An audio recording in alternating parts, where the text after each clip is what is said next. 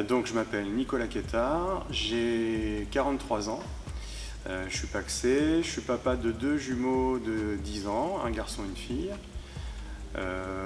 Dans ma vie pongiste, moi j'ai commencé à jouer au ping-pong à l'âge de 8 ans, donc ça fait 35 ans que je joue au tennis de table. Mon meilleur classement, ça a été numéro entre 200 et 300 français. J'ai gravi tous les échelons des catégories jeunes jusqu'à ce classement en adulte. Je viens d'une famille de pongistes, mon père joue encore, ma mère jouait, mon frère a abandonné mais il a joué aussi pendant de nombreuses années. Et depuis 2 ans, ma fille s'est mise à pratiquer le tennis de table également. Donc je la suis un petit peu en compétition. Et puis professionnellement, actuellement je suis instituteur sur la commune d'Orléans. Ça fait une petite décennie maintenant et avant j'étais entraîneur de ping-pong à temps plein. Alors la question c'est plutôt est-ce que j'étais autre chose qu'entraîneur? Moi je considère que j'étais joueur de minima à KD2 en fait, où là vraiment ce qui comptait c'était ma performance personnelle. Et je me souviens très bien que dès les années juniors, j'ai beaucoup relancé sur des jeunes du département du Loiret où j'habitais et qu'en fait j'ai commencé plutôt à poser un regard de comment faire progresser les autres que continuer à progresser moi. Le fait que je sois enseignant aujourd'hui, à mon avis, c'est aussi un signe que ce que je préfère c'est apprendre des choses aux autres et pas forcément me focaliser sur ma performance personnelle. Donc à mon avis, j'ai toujours eu envie d'entraîner ou d'aider les autres à apprendre. Et cette aventure de l'entraînement, eh bien, ça a commencé quand j'étais étudiant. Voilà, ça a été un petit boulot étudiant. J'ai commencé par 2 heures, puis 4 heures, puis 6 heures par semaine sur les clubs du Loiret. Et puis jusqu'à devenir entraîneur à temps plein, d'abord sur le club qui s'appelle Sud-Loire aujourd'hui, puis à Olivet Tennis de Table. Voilà, donc pendant une quinzaine d'années, j'étais entraîneur à temps plein. Alors ça fait un petit moment que ça me trotte dans la tête. Quand j'entraînais il y a une dizaine d'années, j'avais déjà ça dans un coin de ma tête. Mais quand on est entraîneur d'un club, on est salarié et donc forcément on doit s'adapter aux missions qui nous sont demandées. Dans un club, la priorité c'est quand même, pour la plupart des présidents, soit d'entraîner une équipe fanion et de l'emmener le plus haut possible, soit d'entraîner des jeunes pongistes pour essayer d'avoir des résultats dans les catégories jeunes et fournir des joueurs pour les équipes premières à moyen terme. Donc il y a assez peu de clubs qui confient comme mission à leur entraîneur d'entraîner les adultes les moins bien classés du club. Moi aujourd'hui je suis déchargé d'obligations salariales, donc en fait je peux choisir qui j'ai envie d'entraîner. Et bien je me suis dit super, ce petit défi que tu as en tête depuis plusieurs années, tu vas pouvoir voir si tu en es capable, voilà si c'est possible, s'il y a des gens qui ont ces attentes-là. Donc je peux enfin essayer de mettre ce projet en place. Et la vie c'est plein de hasards et surtout je ne vais pas faire une phrase à l'Édouard Baird mais c'est une rencontre. Voilà. C'est qu'en fait l'année dernière j'entraînais sur un club en tant que prestation pour avoir un groupe de jeunes. Et puis à côté, j'avais des adultes qui étaient des mordus de la petite balle, qui venaient me demander tout le temps des conseils. Je voyais qu'ils avaient une motivation débordante. En plus de ça, ça ne gâche rien. Ils étaient très sympas et super intéressants à échanger avec eux autour du tennis de table. Et donc en fait cet été, j'ai fait un petit revirement, c'est-à-dire que j'ai dit au club que j'entraînerais plus le groupe des jeunes. Et on s'est mis d'accord avec 6 ou 7 adultes de ce club de former ce petit groupe qu'on a appelé Ping Booster et de tenter l'aventure au moins sur une année. Voilà, à hauteur d'une séance hebdomadaire et puis de voir où ça nous amenait, si eux ça leur convenait et si moi je serais à la hauteur de leurs attentes. Alors c'est pas forcément le nom que j'avais choisi, moi j'avais plutôt choisi Accélère ton ping parce que je suis un petit peu allergique aux anglicismes, notamment à l'école où on est attaqué par la langue anglaise et américaine en permanence. Mais j'ai été obligé de me soumettre un peu à cette loi du marché, c'est-à-dire que vraiment quand les gens je leur demandais, ils préféraient le terme ping booster. Mais l'idée c'est ça, c'est on a un point de départ, et on cherche à progresser, on cherche à accélérer sa progression. Ça me semblait être un nom plutôt bien choisi pour montrer un élan vers l'avant. En tout cas un élan vers le haut, soit en progrès technique, soit en progrès en classement. Alors je ne sais pas s'il y a une vraie différence dans les deux cas. De toute façon, on va essayer d'apprendre le tennis de table sur tous les domaines, que ce soit technique, tactique, stratégique, physique, mental. D'autant qu'en plus dans mon groupe, c'est un peu des grands enfants, donc c'est un peu comme si je gérais un groupe d'ados parfois. Non, la vraie différence, c'est qu'il forcément, il y a des contraintes qu'on n'a pas sur des catégories jeunes. Ils peuvent rater des séances parce qu'il y a des raisons familiales ou professionnelles. Ils arrivent aussi avec le poids de leur journée. Donc on n'est pas simplement là pour apprendre un coup technique.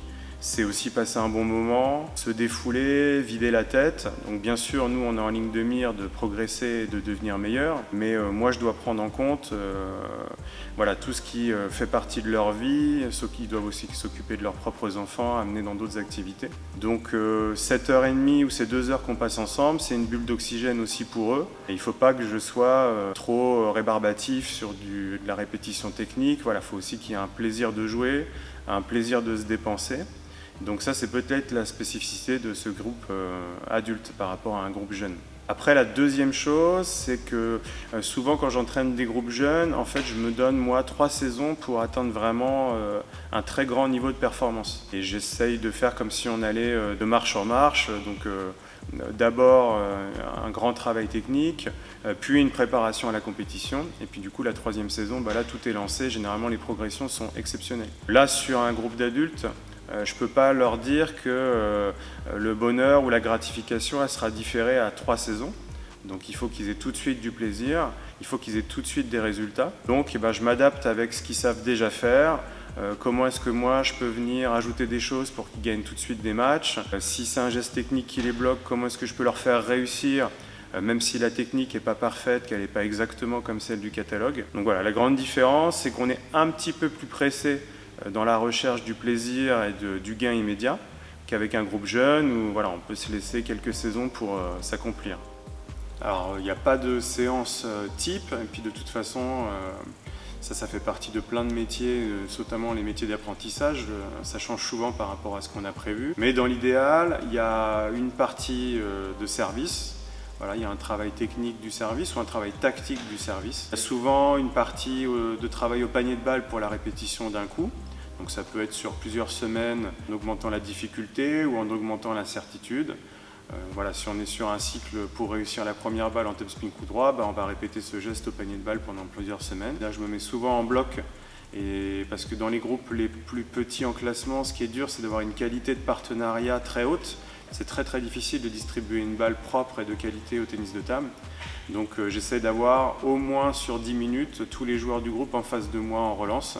Voilà, ce qui leur permet d'avoir une balle régulière et sur laquelle ils peuvent enchaîner plusieurs coups. Soit on complète par un atelier physique, soit on complète par des phases de match en fin de séance. Mais une séance à Ping Booster, ça ressemble à peu près à ça. On a 4 aspects, donc dans l'idéal ce serait de faire 4 quarts, même si on vient de voir dans la vidéo d'Alexandre sur la préparation mentale que pour lui en fait le mental il est présent dans toutes les étapes de l'entraînement, même quand on fait le physique ou même quand on fait la technique. Cette année peut-être que le curseur n'a pas été mis assez sur le physique dans ce groupe, donc je leur annonce que l'année prochaine ils vont souffrir un petit peu plus sur les jambes, d'autant qu'on a un sport, voilà, chaque sport a sa spécificité de déplacement. Un cycliste, un footballeur, un basketteur ou un pongiste, on ne va pas avoir du tout les mêmes types de déplacements. Donc nous, il y a une technique des petits pas, une technique des pas précis à acquérir. Donc moi, je vois beaucoup de progrès dans ce domaine, mais c'est peut-être sur ça qu'on mettra encore l'accent l'année prochaine. Et puis, sinon, voilà, un travail technique qui va représenter peut-être un quart ou la moitié du travail. Mais l'objectif, c'est qu'ils servent en match. Le but, c'est pas de parler de moi, mais moi, par exemple, je sais démarrer revers. J'ai un coup technique revers de qualité très correcte, mais c'est un coup que j'utilise pas en match parce que tactiquement je ne sais pas comment le mettre en place. C'est-à-dire que je sais le faire techniquement au panier de balle, mais je ne sais pas l'utiliser en match. Donc moi mon objectif pour les joueurs que j'entraîne, c'est de leur faire comprendre que peut-être qu'ils ne vont pas avoir besoin de tous les coups techniques en match. Pour l'instant, on est à la recherche du coup qui leur fait gagner les points le plus souvent possible. Eh bien, je ne sais pas s'il y a une recette miracle, d'autant que moi je ne suis pas préparateur mental. Voilà, où j'ai pas de formation spécifique dans le domaine de donner la confiance, notamment à des groupes d'adultes. Je suis pas coach en développement ou ce genre d'activité. Après, moi je pense qu'il n'y a pas de performance s'il n'y a pas de motivation, et il n'y a pas de motivation s'il n'y a pas de regard. C'est-à-dire, à mon avis, là, ce dont souffrent ces adultes, quand ils arrivent dans un club, c'est qu'en fait, personne ne pose un regard sur eux. Et donc, ils sont un peu dans l'indifférence générale du club. Soit le président, soit les meilleurs joueurs du club, soit l'entraîneur ne va pas forcément s'intéresser à leur niveau de pratique, à leurs attentes. Et donc moi, pour répondre à leurs questions et donc répondre à leurs doutes, ce que j'ai fait là, c'est que j'ai posé un regard sur eux. Donc s'ils ont une interrogation, j'y réponds. Parfois je devance leurs doutes, c'est-à-dire que j'envoie régulièrement des petits messages, soit quand il y a eu une contre-performance pour assurer, soit au contraire quand il y a eu une excellente performance pour féliciter. Parce qu'on a besoin, en fait on cherche tous la même chose, on cherche à être valorisé et on cherche à avoir de la reconnaissance. Donc que ça soit au travail, dans sa vie de tous les jours ou dans le sport, c'est les deux moteurs de la motivation. Voilà, à mon avis, pour résoudre les doutes, c'est ce que j'apporte, c'est-à-dire le regard d'un entraîneur qui s'intéresse à leur pratique. Ils se distinguent en deux choses. La première chose, on a un petit peu parlé tout à l'heure, c'est qu'en fait, le joueur qui commence le tennis de table dans un club, soit il n'y a pas d'entraîneur, donc là forcément, Pink Booster se distingue parce que là il y a un entraîneur qui s'occupe spécifiquement d'un groupe d'adultes. Ou alors il y a déjà un entraîneur dans le club, mais souvent la mission d'entraîner les adultes en petit classement, c'est pas du tout sa mission principale. Moi je peux donner un exemple là, sur le club où je joue actuellement et les 2 clubs précédents où j'entraînais à temps plein. Alors je ne sais pas si c'est le hasard, mais la séance des joueurs petit classement, c'était le mercredi soir. Pour avoir été entraîneur à temps plein, la journée d'un entraîneur le mercredi, c'est un groupe de jeunes le matin, un groupe de plus de 20 joueurs débutants de 14h à 16h enfants, peut-être un groupe performance de jeunes de 16h à 18h. Et donc en fait la séance des adultes c'est sa 4e ou sa 5e séance de la journée. Donc forcément, son niveau de fatigue sera très grand, 2, son niveau d'énergie à donner aux joueurs sera très bas. Pour peu que ce ne soit pas sa mission principale, je pense que les joueurs qui vont venir à son groupe seront un peu déçus. Moi, quand j'étais entraîneur, c'était pareil. C'était pas le groupe où je mettais, à mon avis, le plus d'intérêt et d'énergie. Et donc moi, la différence, c'est que j'arrive uniquement pour ce groupe. Et donc j'arrive avec une bonne disposition. J'ai préparé ma séance uniquement pour satisfaire ce groupe d'adultes. Et donc j'ai une énergie débordante puisque je commence ma journée avec eux. La deuxième chose qui se démarque, c'est surtout qu'on a un groupe très restreint. C'est-à-dire que même quand l'entraîneur est de la meilleure volonté possible, souvent il se retrouve, en tout cas dans les clubs assez grands, avec 2 travées pleines, 20 joueurs. Et donc là, c'est extrêmement difficile de personnaliser les exercices. C'est très difficile d'accorder du temps à chaque joueur du groupe. Donc nous, cette année, on s'est limité à 8 joueurs. Pour 2 heures, ça me permet largement, moi, de donner des conseils à tout le monde, d'avoir un moment de relance avec chacun, soit au panier de balle, soit en bloc. Et ça, je pense que c'est la plus grande différence, c'est-à-dire que tout le monde profite d'un moment avec l'entraîneur, ce qu'on ne peut pas avoir forcément dans un grand groupe. Eh bien, en fait, dans ce groupe, pour moi, il n'y a que des réussites là pour l'instant. Quand j'ai commencé au mois de septembre, très franchement, je ne savais pas du tout où on allait, jusqu'où on pouvait aller. Donc moi, ils m'ont donné des objectifs, ils m'ont donné leurs ambitions en début de saison pour tous les joueurs du groupe. Je les ai trouvées très modestes, donc je me doutais qu'elles étaient atteignables. Et en fait, elles vont être atteintes ou largement dépassées pour tout le monde. Donc, en fait, j'ai pas une satisfaction ou un parcours particulier à mettre en avant. Et puis, chacun a sa réussite différente. Là, on a Julien, par exemple, qui est le plus jeune du groupe. Lui, il reprend après 10 ans d'arrêt. En fait, il est en train de dépasser largement le niveau qu'il avait dans les catégories jeunes. Il a déjà pris plus de 200 points cette année. Il vient de se qualifier pour les finales par classement national. Donc voilà, c'est une réussite exceptionnelle. Alors que quand il a repris en mars l'année dernière, il avait du mal à gagner ses matchs en départemental 4.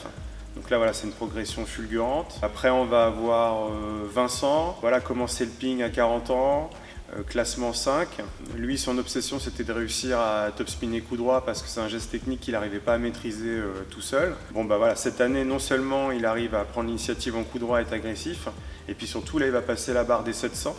Donc lui aussi, il va avoir dépassé notre petit challenge qu'on s'est donné en interne, qui est de prendre 100 points. Après, il y a Florent, pareil, plus de 45 ans. Lui, c'est encore plus exceptionnel parce qu'il n'a même pas joué 40 matchs dans l'année. Il rate des entraînements parce que forcément, pour le boulot, c'est pas simple.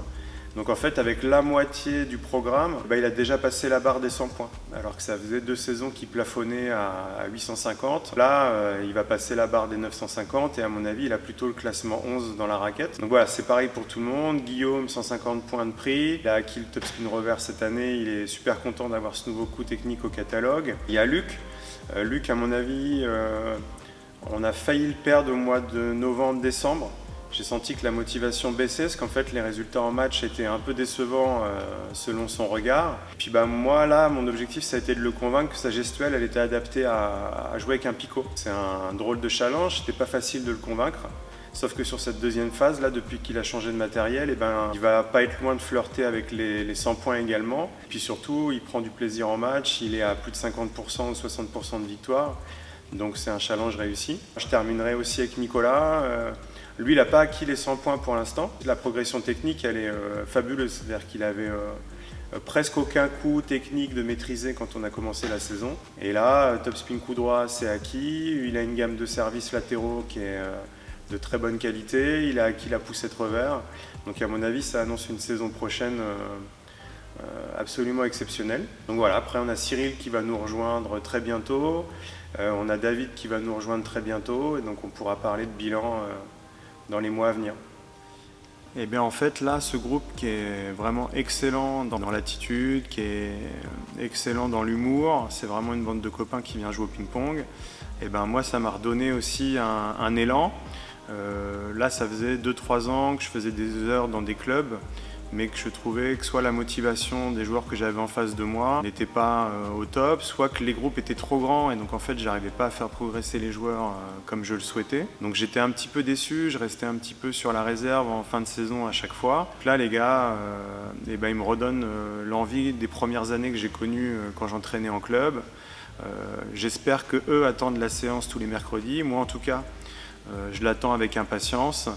Je les attends de pied ferme tous les mercredis. En fait, je vois pas le temps passer, c'est assez régulier. Quand l'heure de la fin de séance arrive, moi j'en ai encore un peu sous le pied, j'avais encore des exos prévus, j'avais encore des choses à faire. Donc voilà, grâce à eux, eux s'accomplissent comme joueurs, moi je m'accomplis comme entraîneur, eux progressent comme joueurs, moi je vois leur progression, donc voilà, c'est un vrai bonheur pour moi. Et puis en plus, on fait ça dans la bonne humeur, on échange sur WhatsApp à côté. Donc en fait, même si on se voit qu'une fois par semaine, on se côtoie toute la semaine et c'est vraiment un groupe excellent. Alors moi j'ai 3 ambitions. La première, forcément c'est de poursuivre avec les gars. Là, d'après nos échanges, tout le monde va repartir pour une deuxième saison. Donc vous pourrez vivre ces aventures. Et 2, pour moi en fait là la question ça va être jusqu'où ils peuvent aller. On s'est donné le premier défi qui était de gagner 100 points on s'était donné en 100 matchs mais en fait en une saison. Ça va être atteint par tous les joueurs du groupe sauf un. Et ma question c'est est-ce qu'il y a une limite ? Est-ce qu'il y a une limite pour un groupe d'adultes ? Quel classement maximum vont-ils pouvoir atteindre ? Quel niveau de performance en championnat par équipe vont-ils pouvoir atteindre ? Ça, j'ai hâte de le découvrir avec eux. J'espère au moins qu'on tiendra tous une deuxième saison et puis qu'on fera un bilan à la fin. Ma deuxième ambition, c'est de créer un deuxième groupe sur le même modèle. Donc en fait, en ce moment, il y a des joueurs qui ont été un petit peu curieux de ce qu'on fait, qui m'ont envoyé des messages, qui m'ont demandé comment ça fonctionne, quand est-ce que ça se passe, comment ça se déroule. Donc mon objectif, c'est de trouver un deuxième créneau dans la semaine l'année prochaine et de constituer un deuxième groupe de 8 à 10 joueurs. Alors j'en profite pour vous le dire, ça c'est pour les gens qui habitent le Loiret.